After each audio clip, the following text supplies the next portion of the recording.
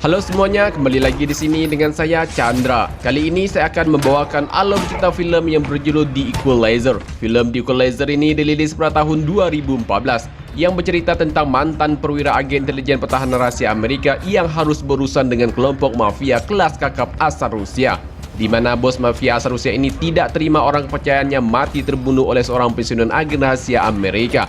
Untuk itu bos mafia ini pun menuntut balas.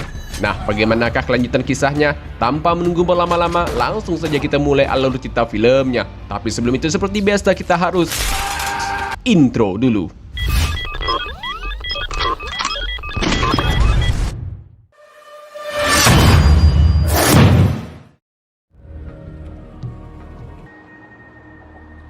Di awal film, kita berkenalan dengan Robert Michael, seorang pensiunan agen rahasia Amerika yang kini menjalani hidupnya biasa-biasa saja. Robert adalah orang yang sangat tepat waktu dan perfeksionis dalam menjalankan semua aktivitasnya. Pagi ini, ia bersiap-siap pergi berangkat kerja. Diketahui Robert bekerja di sebuah toko bangunan terbesar di daerahnya. Di tempat kerjanya, Robert selalu bekerja dengan disiplin dan penuh tanggung jawab atas setiap pekerjaan yang diberikan oleh bosnya. Ia juga sangat dihormati oleh rekan-rekannya di tempat ia bekerja. Ketika waktunya istirahat, Robert menemui temannya yang bernama Ralphie. Saat Ralphie sedang makan, Robert mengingatkan agar Ralphie menjaga pola makannya. Karena sebentar lagi Ralphie akan ikut pelatihan menjadi sapam. Untuk itu ia harus menguruskan berat badannya.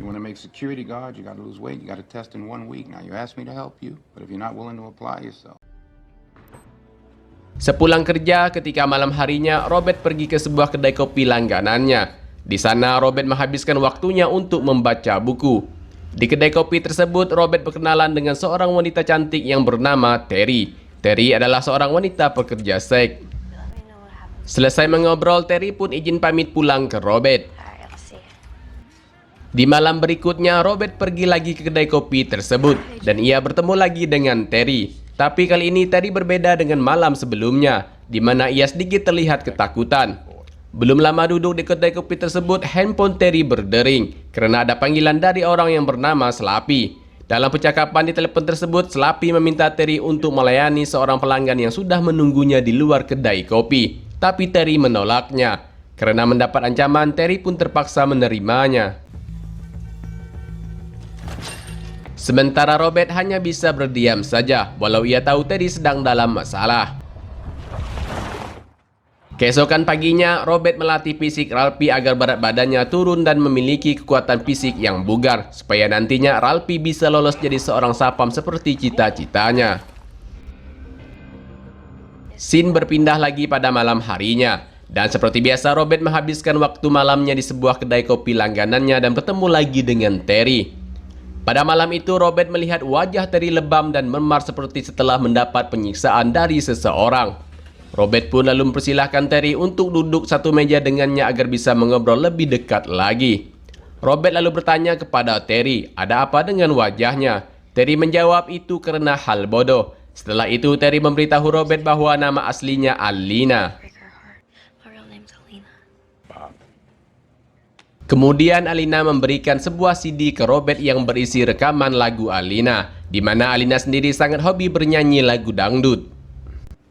Dari kedai kopi, obrolan keduanya pun berlanjut ke arah menuju jalan pulang. Di dalam perjalanan pulang, keduanya dihadang oleh mobil Slappy, yang ternyata Slappy menyambut paksa Terry. Diketahui Slappy adalah bos Terry, yang mana Slappy ini bagian dari mafia Rusia. Slappy juga memberi Robert kartu nama dan setelah itu mereka pun pergi.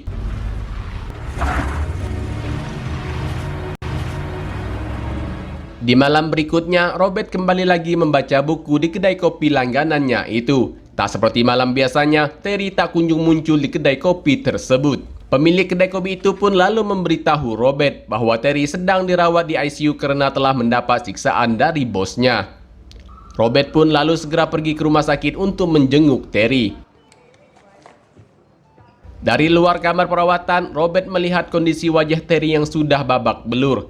Di sana, Terry telah terlebih dahulu dijenguk oleh temannya yang bernama Mandy, teman satu profesi sama dengan Terry. Mandy yang sudah selesai bertemu Terry, ia pun dihampiri Robert. Robert mempertanyakan apa yang telah terjadi dengan Terry. Mandy pun memberitahu Robert bahwa orang yang telah menyiksa Terry adalah Slavi, bos mereka berdua. Slavi menyiksa Terry untuk contoh kepada pekerja seks lainnya agar tidak melawan dan wajib patuh dengan perintah Slavi. Terry disiksa Slavi karena menolak melayani pelanggan. Setelah mendengar semua pengakuan dari Mandy, Robert pun pergi ke tempat Slavi dengan petunjuk kartu nama yang pernah diberikan Slavi sebelumnya. Tanpa basa-basi, Robert pun langsung masuk ke ruangan Slavi. Di ruangannya, Slavi ditemani 4 orang anak buah kepercayaannya. Kepada Slavi, Robert meminta agar Slavi membebaskan Terry dari pekerjaannya. Dan Robert bersedia membayar dengan uang berjumlah $9.800. Namun tawaran Robert ditolak oleh Slavi dan menjadi bahan tawaan oleh anak buah Slavi. Slavi pun menyuruh Robert agar segera pergi dari ruangannya.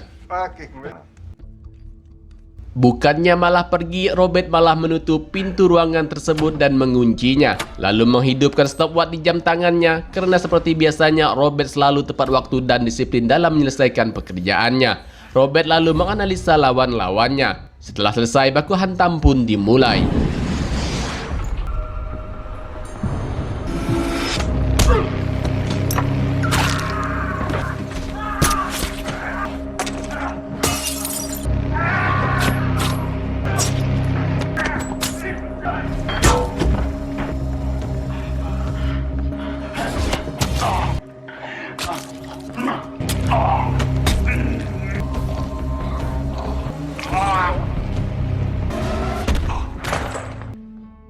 Selesai membunuh, Robert pun mematikan stopwatch-nya. Hanya dalam waktu sekitar kurang lebih 19 detik semua penjahat ini pun mati. Sebelum meninggalkan tempat tersebut, Robert meminta maaf kepada Slavi harus terpaksa membunuh mereka semua. Keesokan paginya, Robert kembali bekerja seperti biasanya. Saat sedang melakukan pekerjaan, dia dihampiri oleh Ralphie. Ralphie memberitahu Robert bahwa berat badannya turun 247 dan besok ia akan tes masuk Sapam. Sepulang kerja, Robert melihat berita tentang kasus terbunuhnya Slavi dan anak buahnya di restoran Rusia. Diduga pembunuhan tersebut karena persaingan bisnis. Scene berpindah ke bandara setempat. Terlihat sebuah mobil sedang menjemput seseorang. Orang tersebut bernama Teddy. Teddy adalah mantan pasukan khusus Rusia yang ditugaskan untuk menangani kasus pembantaian pembunuhan Slavi dan anak buahnya. Teddy memiliki kemampuan untuk menganalisa bagaimana Slavi dan anak buahnya mati terbunuh di tempat kejadian tersebut. Diketahui juga Teddy dan Slavi ini bekerja untuk seorang bos besar mafia asal Rusia bernama Vladimir Pushkin. Pushkinlah yang mengirim Teddy ke sana untuk menuntaskan dan membalas orang yang telah mengganggu bisnisnya yang dipegang oleh Slavi. Di tempat kerja, Robert bertanya kepada Brian, kemana Ralphie yang tidak masuk kerja beberapa hari ini. Brian menjawab Ralphie memang tidak masuk kerja lagi. Robert pun penasaran lalu menemui Ralphie di kediamannya. Di sana, Ralphie mengatakan bahwa ia memang tak bisa berangkat kerja lagi karena harus membantu ibunya membersihkan restoran mereka karena kemarin malam habis kebakaran. Robert yang merasa kasihan, ia pun membantu Ralphie dan ibunya untuk membersihkan tempat tersebut.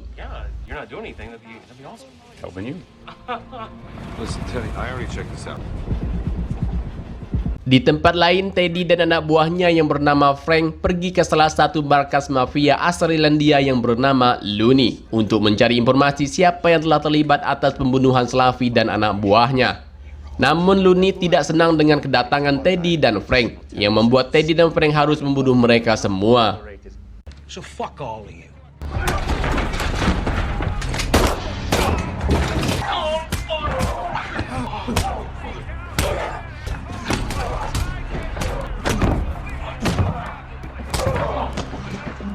Selesai membunuh, Teddy dan Frank pun pergi. Robert yang sudah selesai membantu Ralphie, ia pun bertanya apa yang sebenarnya terjadi. Ralphie mengatakan ini semua karena ulah dari 2 orang polisi korup yang selalu meminta uang keamanan kepada ibunya. Kebakaran di restoran ibunya juga perbuatan dari polisi korup tersebut karena ibunya telah membayar uang keamanan. Pada malam harinya, Robert menemui 2 orang polisi korup tersebut yang baru saja pulang dari restoran ibu Ralphie. Robert lalu menunjukkan rekaman video yang memperlihatkan polisi korup itu sedang menagih uang keamanan kepada ibu Ralphie. Tapi kedua polisi itu malah marah dan langsung menggeledah Robert sambil menodongkan senjata. Tak tinggal diam, Robert pun melawan.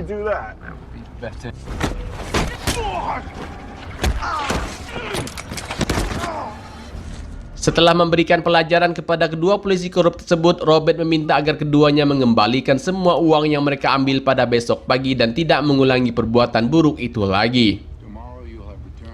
Di kediamannya Teddy, ia menghubungi bosnya Vladimir Pushkin untuk memberi informasi bahwa sampai saat ini ia belum menemukan siapa yang telah membunuh Slavi serta anak buahnya. Sedangkan mafia-mafia yang ada di sini tak ada satupun yang terlibat. Pushkin pun lalu meminta agar Teddy segera menyelesaikan masalah ini secepat mungkin. Keesokan paginya terlihat kedua polisi korup itu mengembalikan uang ibu Ralphie yang pernah mereka palak sebelumnya. Ralphie juga terlihat sudah masuk kerja kembali setelah restoran ibunya aman dari gangguan polisi korup tersebut. Di tempat lain terlihat Mandy, sahabat Teddy, sedang diinterogasi oleh Teddy. Teddy meminta agar Mandy memberitahu siapa orang yang pernah menjenguk Teddy di rumah sakit selain dirinya. Sambil menangis, Mandy pun terpaksa jujur. Mandy mengatakan orang tersebut bernama Robert, teman Teddy yang selalu ngobrol di kedai kopi saat malam hari. Teddy yang tidak memiliki rasa kemanusiaan, ia pun lalu membunuh Mandy dengan cara dicekik.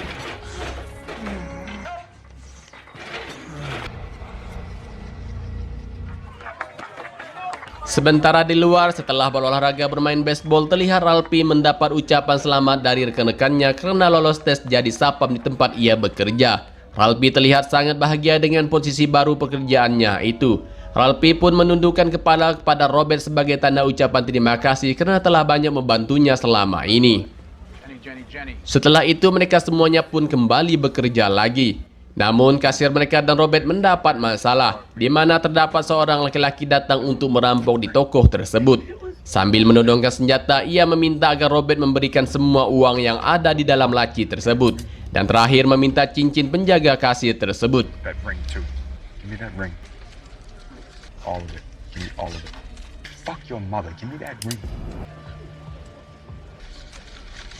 Robert sebenarnya ingin melakukan serangan balik, namun niatnya itu harus ia batalkan karena melihat ada dua orang anak yang masuk ke toko mereka. Tak ingin terjadi sesuatu yang lebih besar lagi, Robert pun mengalah sambil tetap mengingat identitas dari pelaku tersebut. Selesai merampok, pelaku itu pun segera pergi. Setelah itu Robert lalu pergi ke salah satu rak untuk mengambil palu yang terpajang di sana. Keesokan paginya, kasir tersebut membuka laci dan melihat ada cincin miliknya ada di sana. Terlihat juga Robert mengembalikan palu yang ia pinjam kemarin. Itu artinya Robert telah menghabisi penjahat yang telah merampok toko mereka kemarin. Pada malam harinya, saat sedang beristirahat di apartemen, Robert didatangi oleh Teddy yang mengaku sebagai polisi. Teddy memberitahu Robert bahwa ia sedang menyelidiki kasus pembunuhan 2 minggu yang lalu di restoran Rusia, yang mana korbannya adalah Slavi dan anak buahnya. Berdasarkan hasil rekaman CCTV, Robert sedang berada di sana saat kejadian. Robert yang tetap tenang, ia pun menjawab bahwa saat itu ia sedang bertemu dengan temannya, lalu dilanjutkan dengan makan-makan di lokasi kejadian tersebut atau di restoran tersebut. Robert juga mengaku bahwa kasus pembunuhan tersebut ia ketahui dari berita di TV. Teddy yang melihat gerak-gerik Robert yang bukan orang biasa, ia pun memutuskan untuk segera pergi dari apartemen Robert. Tapi sebelum itu ia menunjukkan foto Mandy yang telah meninggal ke Robert.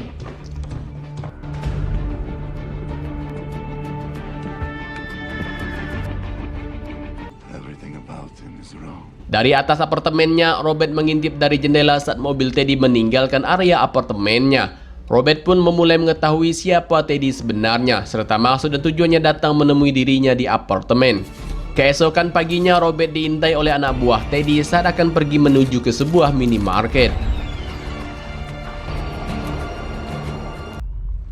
Pada malam harinya, Robert yang sedang membaca buku di kedai kopi langganannya tiba-tiba diawasi oleh Teddy dan anak buahnya, di mana satu orang anak buah Teddy saat itu sedang menyamar sebagai petugas PLN. Namun Robert mengetahui hal tersebut jika laki-laki itu adalah anak buah Teddy, karena tidak mungkin seorang petugas PLN yang masih memakai seragam tangannya sebersih itu.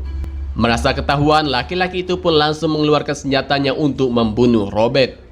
Seperti biasa, sebelum melumpuhkan lawannya dalam hitungan detik, Robert menganalisa lawannya terlebih dahulu dan setelah itu menyalakan stopwatch-nya. Terakhir membantainya tanpa ampun. Take a little walk across. Let's go. No. Setelah membunuh penjahat tersebut, Robert segera keluar sambil mengambil gambar wajah Teddy yang sedang berada di dalam mobil. Teddy pun semakin yakin jika Robert lah orang yang ia cari selama ini. Teddy juga meyakini Robert ini bukanlah orang biasa. Teddy dan anak buahnya pun lalu membuntuti Robert. Mereka pun berpencar untuk menangkap Robert hidup-hidup. Salah satu anak buah Teddy harus terkena pukulan oleh Robert dan langsung pingsan. Dari sakunya, Robert mengambil handphone dan melihat sebuah lencana yang menandakan bahwa anak buah Teddy ini bagian dari polisi. Keesokan paginya, Robert pergi ke suatu tempat untuk menemui sahabat lamanya. Sahabat Robert tersebut bernama Susan, seorang mantan agen rahasia sama seperti Robert. Robert pun lalu menunjukkan foto Teddy kepada Susan. Robert mengatakan ia perlu informasi tentang Teddy. Susan pun lalu memberitahu Robert tentang Teddy. Teddy adalah tangan kanan Vladimir Pushkin. Pushkin sendiri bos besar mafia asal Rusia. Pushkin juga memiliki kekuatan yang sangat besar sehingga bisnis ilegalnya tak pernah tersentuh hukum sedikit pun. Sementara Teddy, ia memiliki nama asli Nikolai Itchenko, seorang mantan prajurit yang sangat tangguh dan cerdas. Pernah menjadi agen kepolisian beberapa tahun dan memiliki pamor yang bagus. Sedangkan 3 orang anak buah Teddy yang selalu membantunya selama ini bernama Frank Master, Raymar, dan Federson. Ketiganya adalah detektif dari kepolisian Boston. Kini Raymar dan Federson telah ditemukan mati dengan mengenaskan, di mana pelakunya adalah Teddy sendiri. Belum ada kejelasan kenapa Teddy tiba-tiba membunuh keduanya. Sementara detektif Frank tidak pernah muncul lagi setelah beberapa hari ini. Dari rumah Susan, Robert pun pergi ke rumah Frank. Untuk mendapatkan informasi dari Frank, Robert harus menghajar Frank dan memasukkannya ke dalam mobil. Di dalam mobil, Frank beberapa kali harus batuk-batuk karena di dalam mobilnya sudah Robert masukkan gas. Tak tahan dengan siksaan dari Robert, Frank pun mengantarkan Robert ke tempat penyimpanan semua uang Pushkin.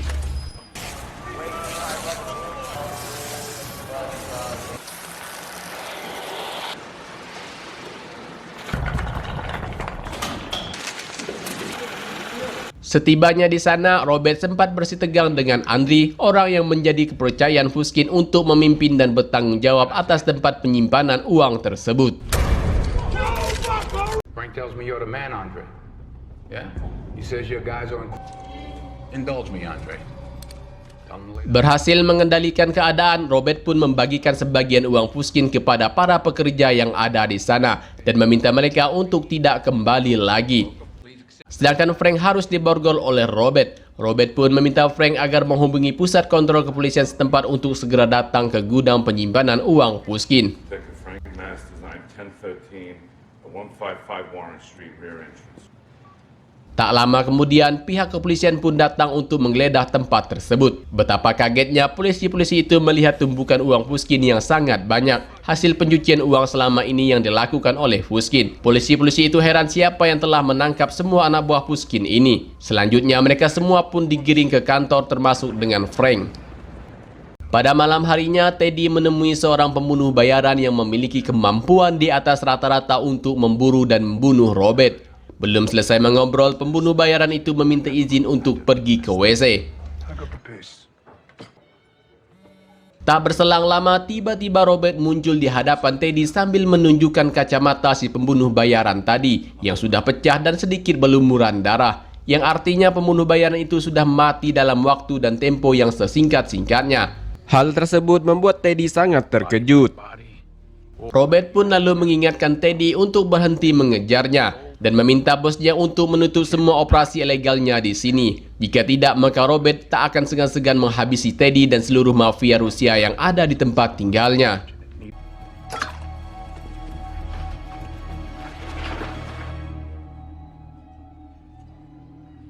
Sepulang menemui Teddy, Robert pun pergi ke pelabuhan. Di sana ia meledakkan kapal tanker milik Pushkin yang sedang bersandar.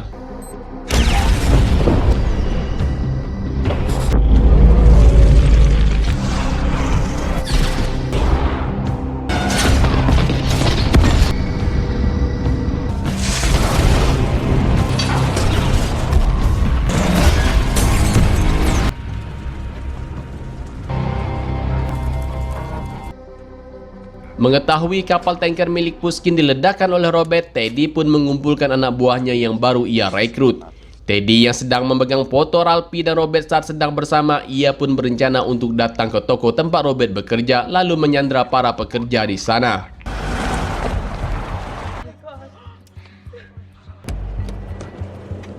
Di apartemennya, Robert menerima telepon bahwa Ralphie dan teman-temannya sedang disandra oleh anak buah Teddy. Setelah itu, Teddy memberitahu Robert agar segera datang ke pelabuhan tempat ia meledakkan kapal tanker milik Pushkin tadi dalam waktu 29 menit. Jika lewat dari waktu tersebut, Teddy akan membunuh semua teman-temannya yang ada di toko tersebut. My men there will kill them in 30 minutes. Unless they're here in 29. Dengan segera, Robert pun pergi ke pelabuhan dengan menumpang bis. Di pelabuhan, semua anak buah Teddy telah bersiaga untuk mengawasi kedatangan Robert. Tapi dari sniper, Teddy memberitahu bahwa Robert telah menghilang dari dalam bis dan hanya meninggalkan handphonenya. Dan ternyata Robert telah mengelabui Teddy. Robert malah pergi ke toko untuk menyelamatkan Ralphie dan teman-temannya. Robert pun lalu memancing anak buah Teddy satu persatu agar keluar dari ruangan penyanderaan. So, which way is it coming from? PA systems in the security office.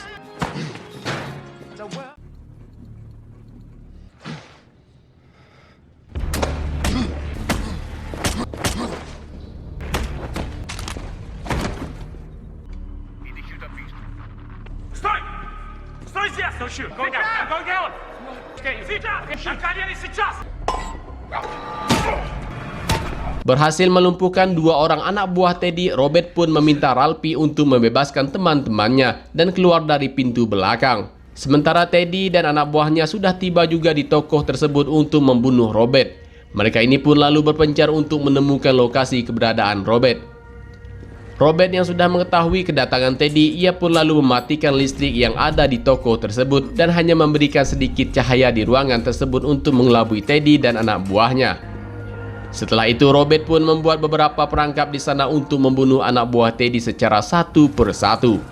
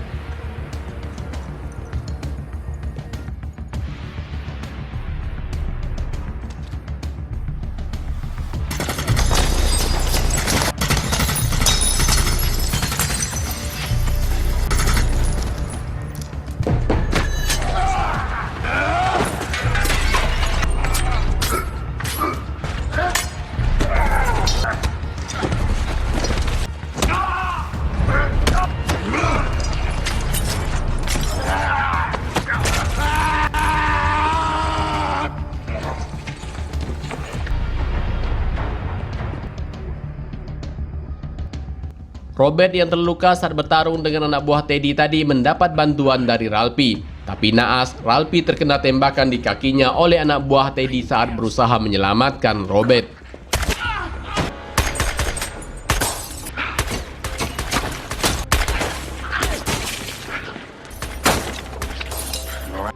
Anak buah Teddy yang terus melakukan tembakan membuat Robert harus melakukan sesuatu. Ia pun lalu meminta Ralphie untuk berlari ke arah kotak saklar untuk menghidupkan lampu dalam waktu 40 detik. Sedangkan sisanya Robert yang akan menyelesaikannya.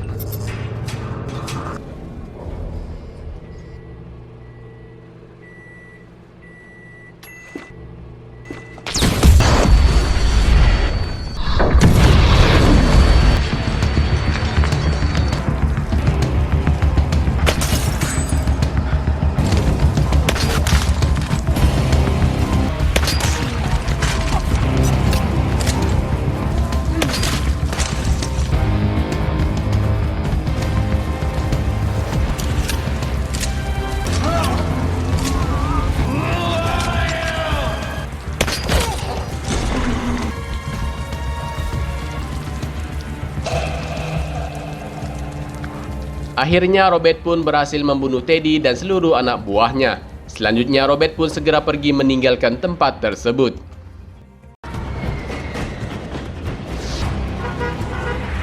Tiga hari kemudian, tepatnya di Moskow, Rusia, kita diperlihatkan rumah yang sangat mewah serta penjagaan yang sangat ketat.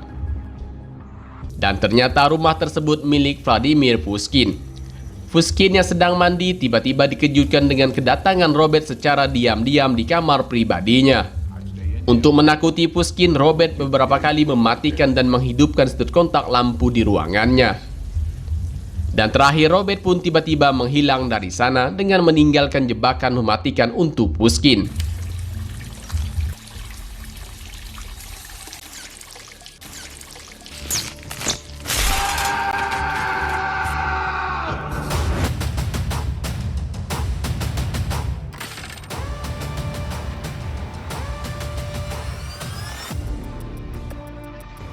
Sepulang dari Moskow, Robert ditemui oleh Terry. Kini Terry telah sembuh total setelah mengalami penyiksaan dari Slavi sebelumnya. Terry juga memberitahu Robert bahwa kini ia sudah alih profesi menjadi seorang biduan, karena sebelumnya Terry hobi berkaraoke. Terry juga kini memiliki hobi membaca sama seperti Robert.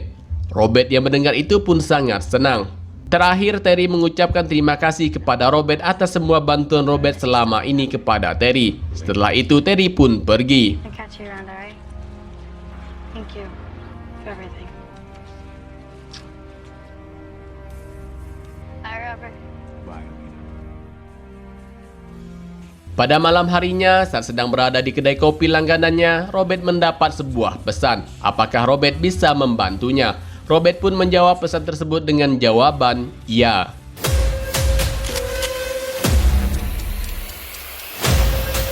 Dan filmnya pun selesai. Terima kasih buat kalian yang sudah nonton alur cerita film ini. Mohon maaf jika ada salah kata atau informasi dalam penyampaian dari saya. Jangan lupa bantu subscribe, like, dan komen video ini. Saya Chandra, sampai jumpa lagi di alur cerita film berikutnya.